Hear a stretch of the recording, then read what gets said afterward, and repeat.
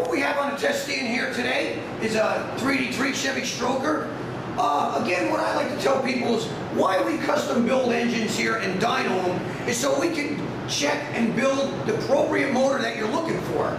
This happens to be going into a 1956 International truck, heavy truck. Now we want to keep the torque down low. This isn't going into a Camaro where we're going to be running the RPM and trying to pull all the horsepower and still go about 6,000, 6,500. This particular engine, we're getting almost 500 foot-pounds of torque. This is rated at 400 horse. We made about 440, but it's all the torque is down low. And again, if I was to build a truck, I want to make sure that I got all my pulling power down low and all the power low. If I'm building a Camaro, I don't want a guy call me and say, oh my God, there's no power after 4,000 RPM.